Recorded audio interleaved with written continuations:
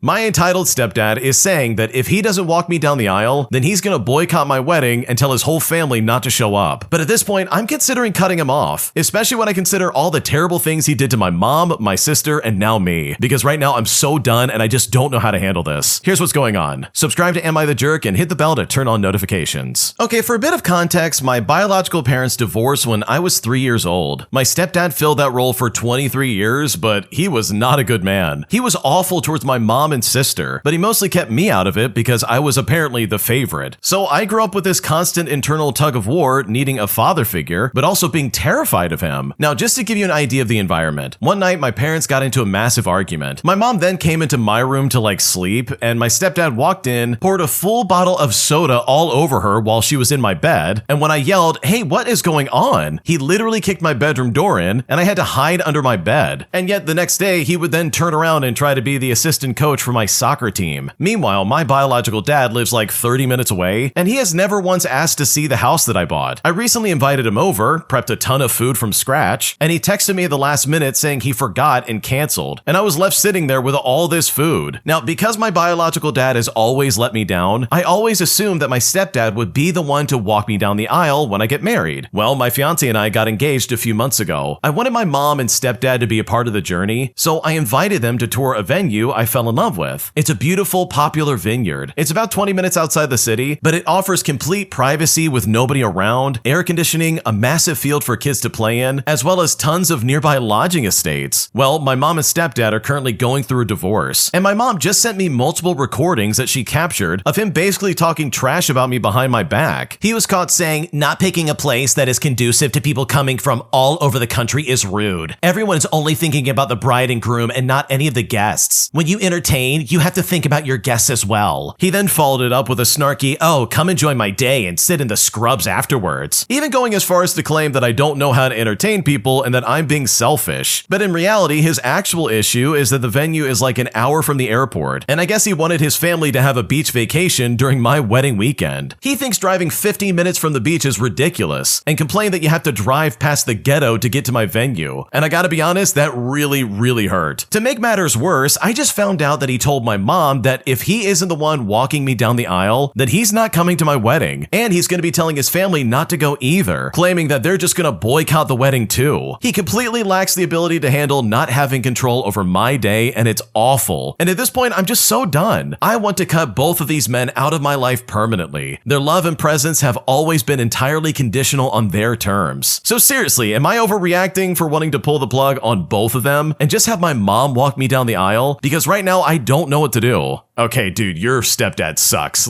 He is so awful. He really is gonna sit there and be like, "If I'm not walking her down the aisle, I'm gonna boycott this wedding." And this is all in the same breath of him making fun of you and being like, "Wow, what a terrible place. You don't know how to entertain people, and I don't wanna have to drive to your wedding." What do you want, dude? Am I supposed to pick you up myself? You want me to hire a limo and roll out the red carpet for my wedding day for you? What are we doing, dude? So personally, if this guy really wants to sit there and be like, "Oh, I'm gonna boycott the wedding if I'm not walking her down the aisle," then personally, I would strike first and be like, "You're not invited, I don't want you there." And then just let the chips fall where they may.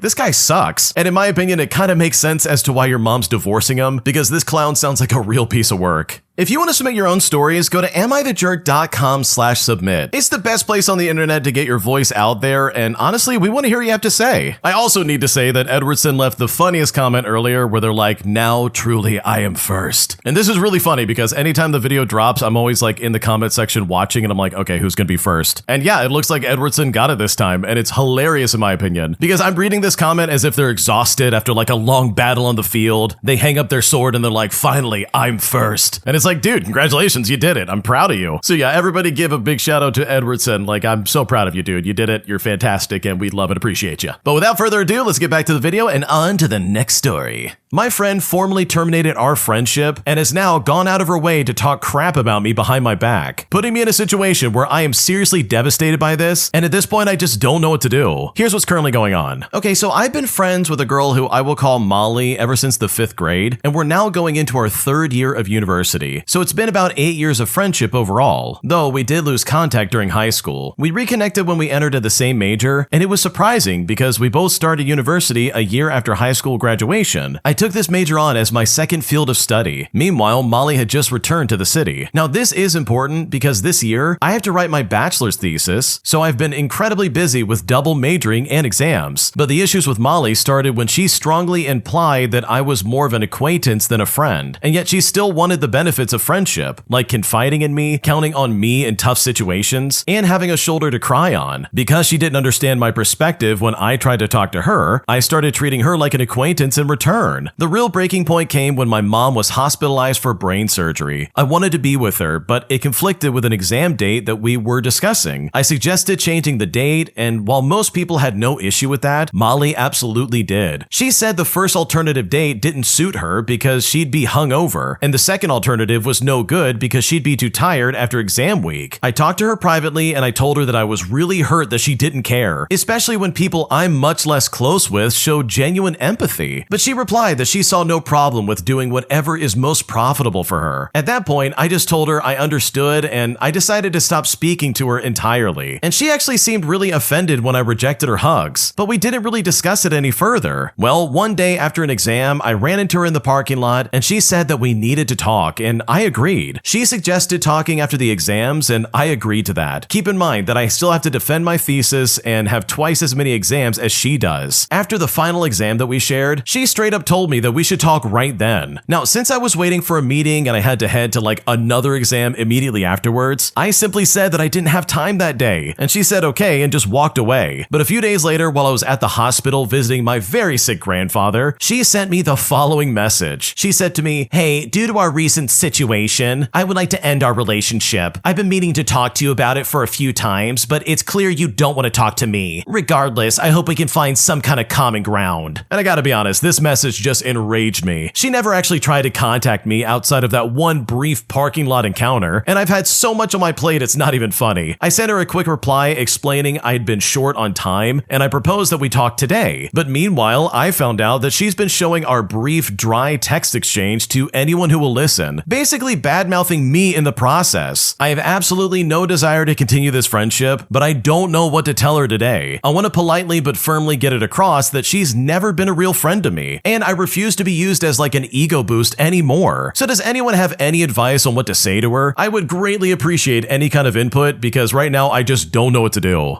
Okay, dude, I would be absolutely roasting this lady. Are you kidding me right now? You're dealing with sick family members and people possibly dying, and she has the audacity to act this entitled? Like, are you kidding me right now? That is so toxic and so disgusting. There's no good excuse for that. So personally, if I was in your situation, I would definitely be taking the gloves off. I would say to her straight up, "Hey, you're a terrible friend." And then I would list off all the reasons why and make it very clear that she's in the wrong. She had no empathy when your family members were sick. She didn't care about the fact that you have twice as many exams as she does. And overall, it seems like she's just using you as like a friend she can confide in. But the second you try to reach out for the same thing, she just rejects you. And that is so weird in my opinion. So no, you absolutely have no obligation to her at all. And I think it's important that you get your side of this story out there because she has no right to badmouth you. Like that in and of itself is such a bad thing that I just would never want to let slide. So that alone would be very important to clear up and correct because it is incredibly unprofessional for her to be acting that way, regardless of who's right or wrong. Like that's messed up and not okay. Today, I found out that my bully got eaten alive by karma, and seriously, I cannot stop laughing about this, because if there's anybody who deserves it more than anyone else, it is this person because she was so awful to me in college. And I'm honestly glad to see it because she is definitely the one person who deserves this pretty much more than anybody else. Here's what happened. Okay, so when I was at university, there was this other girl in my friend group who was really just a giant bully. Her grades were way too low for the course initially, so she had to do a foundation year, so she was like a year behind the rest of the group. But regardless, she was tight with another of the popular members of the group, and she used her social leverage to bully several of us, including me, mainly for trying to be like a tryhard. And yeah, I was, because I had to work hard for my grades. I was locked into a student lease with her for most of the time. So this went on for like 3 years, and it affected my mental health. Although I did mainly avoid her later on, some of the bullying really stuck with me. I did, however, graduate on time with honors, and I landed a graduate job in my field. Plus, Plus, 2 years later, I'm still in my field being paid significantly more for a new job. And basically, I stopped talking to her after graduation. Now, as she was a year behind, she graduated a year ago and has basically been working for that year. Except I just found out that she hasn't. Apparently, last year, she just fully failed to submit her thesis and a bunch of other work in her final year and just failed out. She refused to repeat the year and has completely flunked. No honors degree, not even an ordinary degree itself. Just like a certificate, which is like virtually a participation trophy if I'm honest. She then lied to the group for a whole extra year that she graduated and had a job, but in reality she failed. She has no degree. She's tens of thousands of dollars in debt. She's unemployed because she lost her crappy job that she did have. Plus, on top of that, she won't be able to afford or even attempt university again because she's run out of her student loan limit. Well, when the group found out, she blamed her lying on one of the other group members because apparently she didn't want to be judged by them. But she picked the wrong target because this other friend is well liked by the group, so now everybody has completely turned on her. And I gotta be honest, based on the way she treated me, this is just really good to see because I really didn't like her, and it is so nice to see that karma finally got some revenge. Okay, I love this because I hate bullies. Like, I am very staunchly against bullies, so seeing one get taken down like this is just beautiful. Like, seriously, this is the chef's kiss, baby. So yeah, good for you and your friends seeing the truth about this lady. Which, by the way, with people like this who lie constantly, the truth always eventually comes out. And the fact that she got exposed in this way, in my opinion, is incredibly satisfying.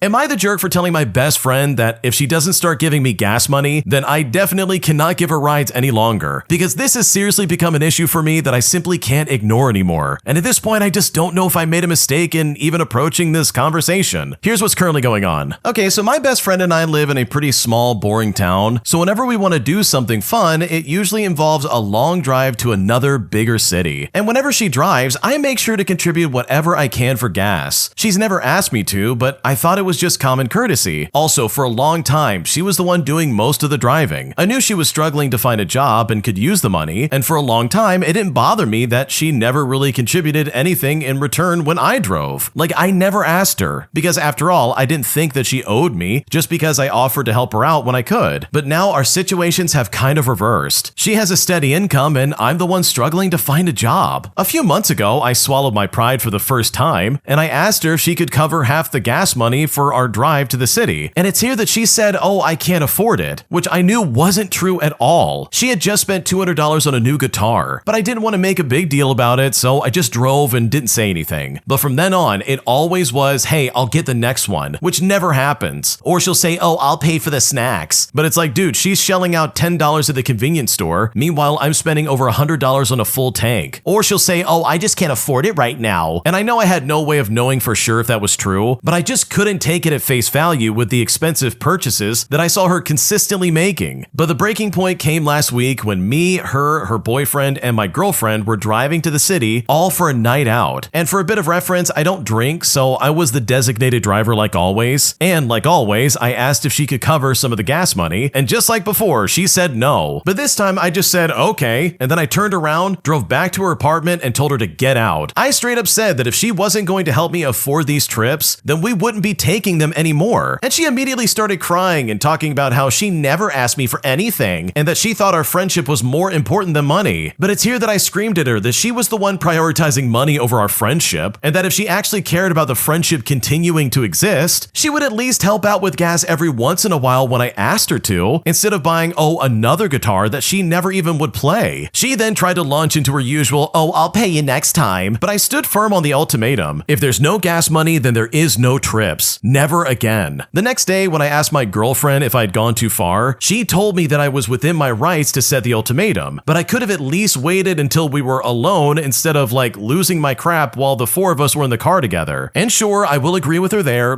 I'm not proud of how I lost my temper. I mean, I don't want this problem to ruin our friendship, but I also can't keep hemorrhaging money for these trips that my best friend doesn't seem to care enough to contribute to. So am I the jerk here? Because I just don't know what to do anymore. No, you're not the jerk, dude. It is not unreasonable for you to set boundaries and expect some kind of payment. I mean, holy crap, you did her a solid when she was like low in her luck. So the fact that she's trying to be like, oh, I'll pay you next time. Like, those are empty words, and that really pisses me off. That's one of those things where it's like, dude, if you say you're gonna do something, you need to follow through. Otherwise, I'm gonna stop believing you, and I'm just gonna completely think you're lying to me. Which in this case, she absolutely was. She was clearly taking advantage of your kindness, and that is not fair. So no, dude, you're not the jerk here. You did the right thing. It's important to stand up for yourself in these situations, dude. You can't just have your friends walk all over you and be like, oh yeah, they'll pay me next time, because them getting snacks at the convenience store is not gonna cover anything. You're spending a lot of money on gas, and it's like, dude, I'm driving you everywhere. The least you could do is help me out when I'm obviously in need. Like, that is not unreasonable, and the fact that she can't see that is very toxic. My family and I were displaced from the hotel we were staying at after the cops showed up to try and arrest people that were barricaded in their room, as these people refused to leave for 12 hours, resulting in probably the largest amount of cops I've ever seen in one location in my entire life. Here's basically how it went down. Okay, so about 10 years ago, my family and I were living in an extended stay hotel until we found like an affordable home to move into. We'd also been there a while, and we made quite a few friends along the way. In fact, we learned that some people had lived there for over 10 years.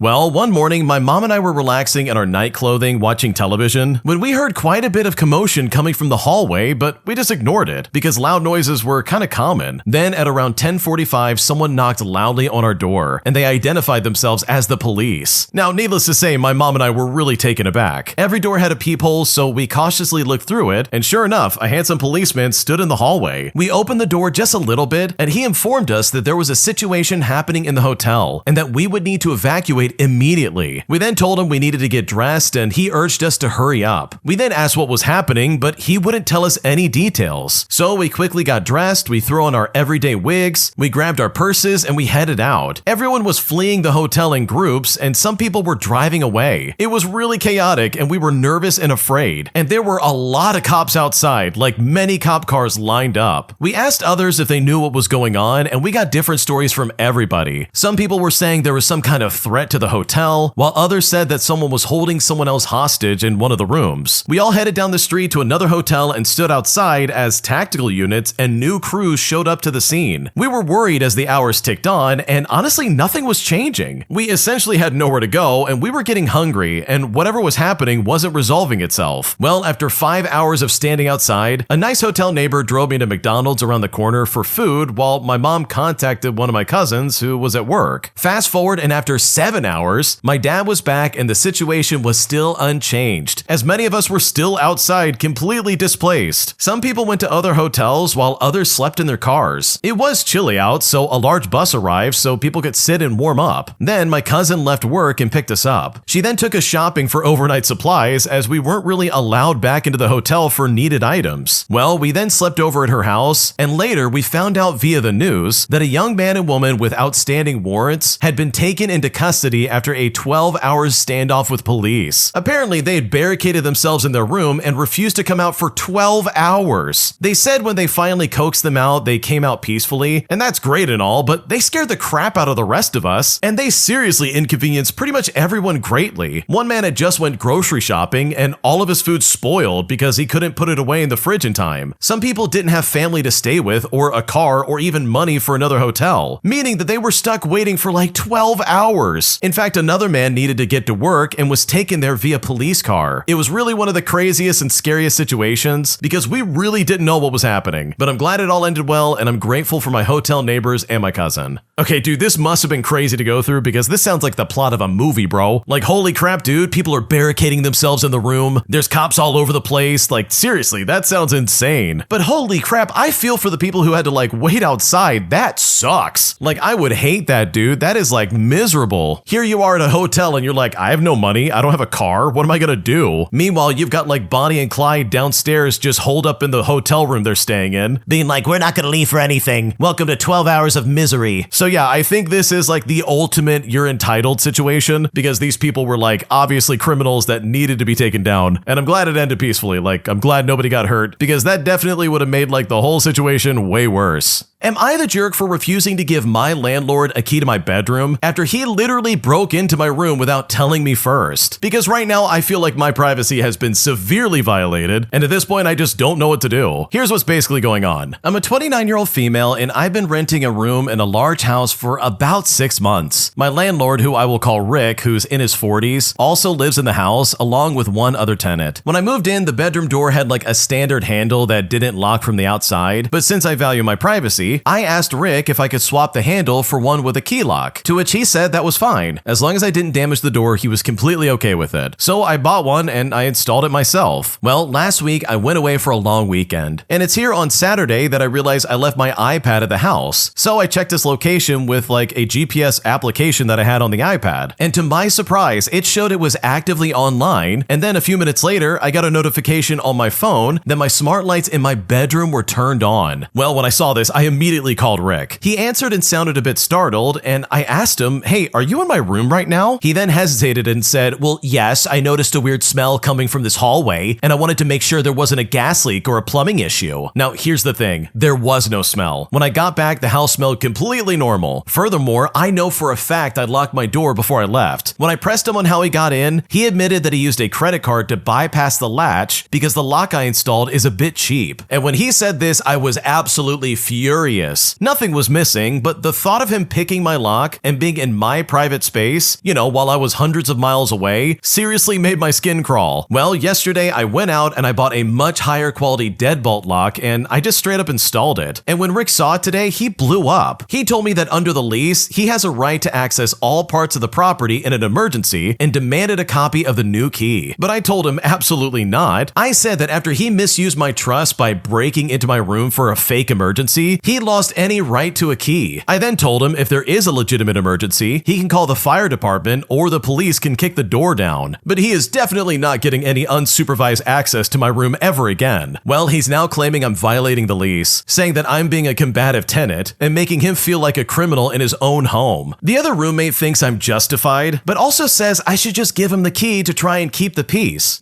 so we don't get evicted. Meanwhile, my friends are split. Some say he crossed a massive boundary and I'm protecting myself, but others say a landlord legally must have a key and I'm escalating the situation unnecessarily. So am I the jerk here because I don't know what to do? Okay, honestly, from like a moral standpoint, I don't think you're the jerk at all. Like, I do think you're protecting yourself, and I think that's smart, but I'm willing to bet from a legal standpoint, this guy's probably exactly right. He probably should have access to your room, even though it's completely creepy and weird. Like, don't get me wrong. The way he's acting is completely unjustified, and there's no reason for him to be in your room. So I don't know, dude. I think it might be time to move out and find a new place to live. Like, that sucks, and that really is unfortunate, but that might be your best bet moving forward. Because this guy broke in while you were gone. Like, who knows what he put in that room? He easily could have put a camera in there or something like that, and that thought alone freaks me out, and that would make me never want to live there. So yeah, man, move out while you can and get out of there. That guy sounds really creepy, and I would never want to deal with that. An entitled man sells me his car that is absolutely working fine for $500, claiming that it was beyond repair and that there's no way I could ever fix it. But now he's demanding $10,000 after he watches me fix it right there on the spot and drive it off of his lot. And I honestly could not be more satisfied with proving this guy wrong. Here's what happened. So back in 2008, I was 21 years old. Craigslist, of all places, was still the website for everything. From cars to hookups, there was pretty much nothing you couldn't find. The RX-8 hit the market in 2003, and I fell in love with the way they looked immediately. However, they were stickered around $35,000 for the base model, and I was a 16-year-old kid from a lower-class family at the time. I spent years in high school delivering pizza and helping out with my uncle on the weekends at the shop that he worked at. I did anything I could to get a few more dollars for my super cool race car. At the time, I had bought a second-gen Eclipse GSX and truly had no idea just how cool this car was. Every night, I would lay in bed before sleep and look at cars listed on Craigslist for sale. My girlfriend of the time often complained, which is pretty normal for a gearhead like myself at that age. Fast forward to 2008, and I was an ASE certified mechanic and had been driving a tow truck for a little over 3 years. One night, while lying in bed with my then girlfriend, I came across an ad for a 2004 RX-8 Shinka, black on a set of chrome aftermarket but knockoff standoff wheels. It looked great. However, the ad explained that it had a blown motor and would need to be replaced and was not covered by warranty. Having been in love with these cars and the older models of the RX-7 and Cosmo, I knew a lot about them. You see, Mazda's RX line have special engines in them. They are rotary motors instead of pistons, like a 4-cylinder or a V8. I also happen to be a certified rotary tech. I contacted the seller and I asked why he thought the motor was blown out, and he responded with something like, I'm a mechanic and I own a shop. We've had the car for a few months and we cannot get it running. These dang rotaries are weird and they're known to blow out. It's blown out and I know it is. I then asked him if I could come meet him in the morning and look the car over, and he agreed to do that. So fast forward and I'm at his shop, and I actually had a proposition for him. I said, hey man, if I'm able to fix it for you, would you be willing to make some kind of deal with me? I'm pretty sure I could do it. And before I could go any further, this guy cut me off and he said, no, it has a blown motor. Either give me $500 or I'm not selling it. I tried to continue and I tried to explain that I might be able to fix it, but he said, I don't care what you can do. I only care if you could give me $500. Realizing I'm going nowhere, I decide to ask him if it'll even start in the first place. He goes on to say, it will start and run for about a minute, but then it shuts off again. Or if you try to move it, it just doesn't work and it won't start for hours afterwards. So at that point, I said, okay, I'm gonna look it over. Here's $500. I looked the car over, did a compression test on the motor, which came back good. I then proceeded to do the Mazda's built-in system to cycle the motor, which pushes all excess fluids out of the motor when flooded. This took little more than pumping the brakes just about 25 times, while an accessory after turning the key on and off. I let the car run for about 45 seconds and shut it off, already having the key and the title. I explained that I'd be back that night to pick it up and asked what time he closed, as his lot was gated. This entitled mechanic told me that he'd be around until about 6:30, and I agreed to be there by 6 o'clock. After that, we parted ways for the day. While I was at work, I called up my brother-in-law, who's also a mechanic, and explained everything, and I asked him to give me a ride down to the shop, as it would honestly be much cheaper to pay for his gas than to pay for the diesel to run a tow truck down there after work. We hopped into his Mustang at around 4:50 and headed out. We parked right in front of this guy's shop, and I walked in to tell him that I was here to take the car, and I thanked him for the sale. This guy then said, when is your tow truck gonna be here? I don't have all night, kid. You're gonna have to push it out on the street if they take too long. I looked at him and I said, oh, no need for a tow truck. I brought a transport tag from my work. I tried to tell you that I'm a mechanic who also specializes in these cars specifically. There's honestly nothing wrong with it. My brother is bolting a transport tag on it right now. But this guy did not believe me. He just kept saying, that motor is broken. No, you're lying. Get it off my lot now. So I just looked at him and said, have a nice day, and thanks again for the car. I walked out and I hopped into the RX-8. I started it and I followed my brother-in-law out of the lot. Looking in my rearview mirror, I could see this entitled man standing in his parking lot, literally stomping on his hat. He had spiked it like a football onto the pavement. And when I got home, I checked my email, and I had one from this man demanding another $10K for the car, as he didn't know that it ran. I then said the following to him in an email. Sir, I attempted to tell you twice that I was a certified rotary tech, and even offered to look the car over before buying it. You refused to even hear me out, let alone acknowledge what I was saying. I understand that you are angry, but I don't care what you are. I gave you $500 as agreed. Have a nice night. This man emailed me another 30 plus times after this, and I never responded. And honestly, considering the way he was acting when I first met him, I hope his attitude has changed, and he learns to fix a car before he gives it away for $500. How entitled can you possibly be? I mean, if this guy was just a little bit more patient and actually listened to this guy, he probably wouldn't have let thousands of dollars right off his lot. It's also incredibly comical that this guy messaged him 30 times and also demanded about $10,000 more